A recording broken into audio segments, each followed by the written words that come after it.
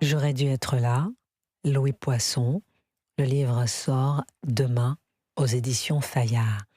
Ce jour-là, le 10 février 2005, et Louis, vous aviez 14 ans. Que s'est-il passé?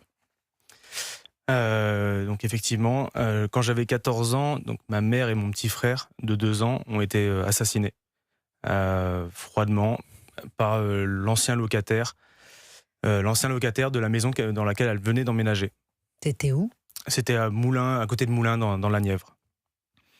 Pourquoi vous avez décidé de raconter cet assassinat 20 ans plus tard? En fait, ce qui s'est passé, c'est qu'il y a 2 ans et demi, mon père m'a remis une boîte avec dedans toutes les coupures de presse qui concernent cette affaire, et aussi les rapports de médecins légistes, en gros, les autopsies, les choses comme ça. Il y avait un peu tout là-dedans, et une lettre aussi, des lettres manuscrites, de mon père, de ma mère, des choses comme ça. En fait, c'est un dossier qu'il m'a remis en me disant: «Bah, ça c'est ton histoire», qu'il a retrouvé, qui a été oublié et qui m'a remis il y a 2 ans et demi. Et donc c'est à partir de ce moment-là où je me suis replongé dans ce dossier, quoi. Alors pourquoi est-ce qu'il vous a remis ça? Juste parce qu'il a retrouvé les données? Il Tout a bêtement retrouvé parce la boîte? il déménageait. En Il fait, il déménageait déménageait? à l'époque, il déménageait, il a retrouvé ça, il s'est dit: «Ah oui, c'est vrai que j'ai ça et je vais lui redonner», mais de façon très, naturelle, quoi. Et voilà, j'ai ça, ça te concerne, c'est des dossiers qui sont par rapport à ta mère, à ton histoire, donc J'ai ça, ça te concerne, ce sont des dossiers par rapport à ton histoire. Qui avait-il dans cette boîte? Qu'est-ce que vous avez découvert? bah, en fait, déjà, quand on apprend ce genre de choses à 14 ans, moi, j'ai été dans le déni, c'est-à-dire que j'ai pas voulu déjà même creuser un peu, le côté sordide de cette affaire. Et là, ça me permettait vraiment d'avoir, des dates, des précisions, d'avoir un peu plus d'informations sur les faits.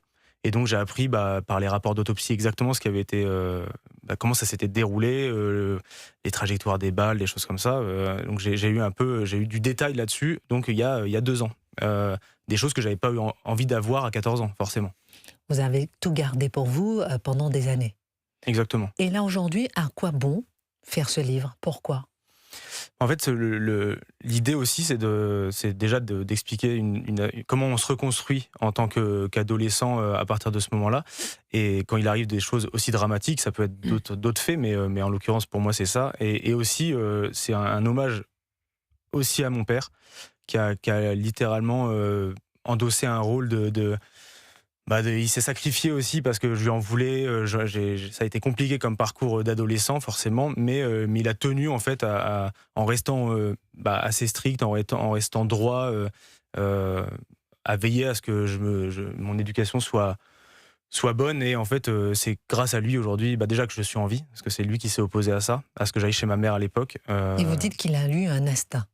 et clairement, C'est-à-dire, et il sentait en fait, ce jour-là, il sentait qu'il se serait passé quelque chose?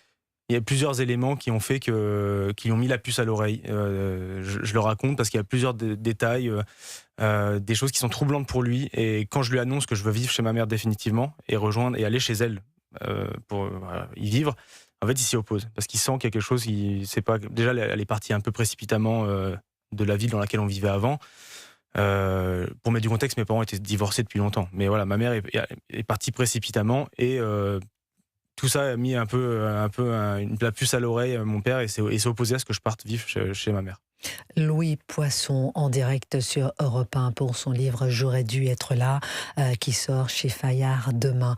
Alors vous dites que vous aviez à 2 maisons, page 41, il y a eu 2 éducations, 2 quotidiens, 2 façons de dire je t'aime sans employer les mêmes codes. Pendant des années, j'ai fait l'aller-retour entre les deux, comme on traverse 2 pays voisins, on change de langue, sans y penser, on s'adapte, on devient bilingue très tôt, on découvre beaucoup plus tard ce que ça imprime. Sur le moment, ça ressemble à une organisation. Avec le recul, ça ressemble à une formation.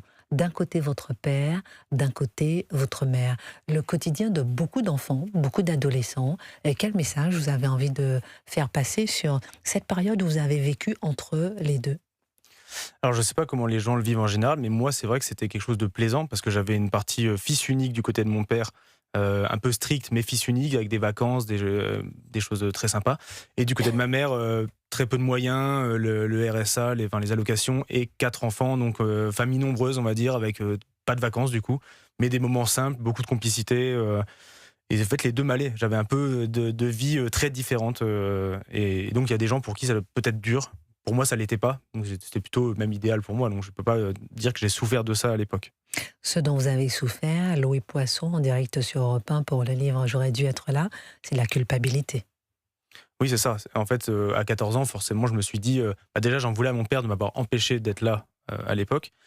Et je me suis dit, j'ai ruminé très longtemps cette chose en me disant, si j'avais été là à l'époque, aux côtés de ma mère, peut-être que j'aurais changé les choses. Empêcher cet assassinat. Exactement. En vérité, probablement pas du tout. Mais c'est ce que je me disais avec mon esprit d'adolescent de 14 ans, quoi. Sabrina Medjiber, peut-être une question à poser à Louis Poisson pour son livre J'aurais dû être là, chez Fayard, qui sort demain. Oui, une question.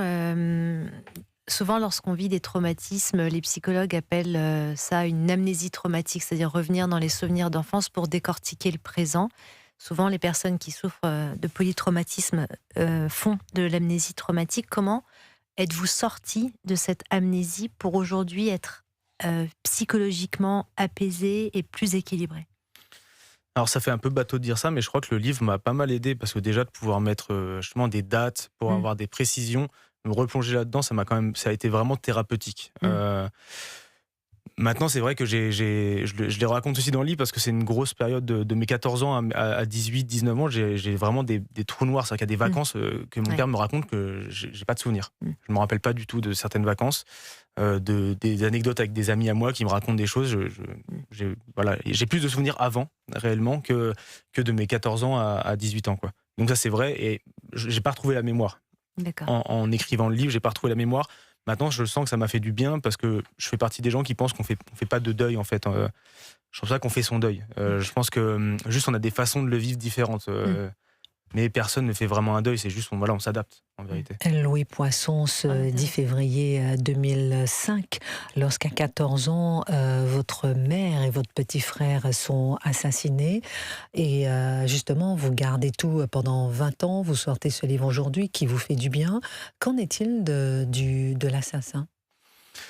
Alors du coup, l'assassin a été condamné à 22 ans de réclusion criminelle. Enfin, il a pris la perpétuité, l'équivalent de la perpétuité, quoi. Et il s'est donné la mort en prison. En gros, il y a eu les procès en 2007. Et 2 ans après, j'ai appris qu'il s'était suicidé en prison. Donc, comment avez-vous réagi ?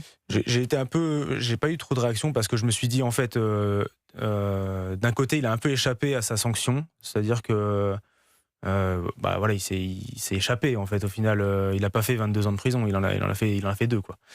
Donc il y a ça. Mais d'un côté, il s'est donné la mort. Je suis pas un fervent opposant à la peine de mort, donc là-dessus, je sais pas.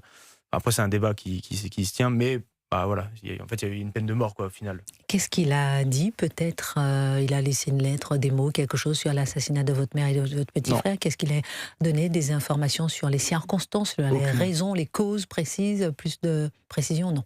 Jamais. Il a toujours été dans le déni, en fait, malgré les preuves qui étaient toutes accablantes, évidemment. Mais il a jamais donné d'explication. Jamais, aucune lettre. Après, c'est ce que j'ai appris aussi dans cette boîte que j'ouvre, c'est j'ai appris qu'il avait été diagnostiqué bien avant psychopathe, par exemple.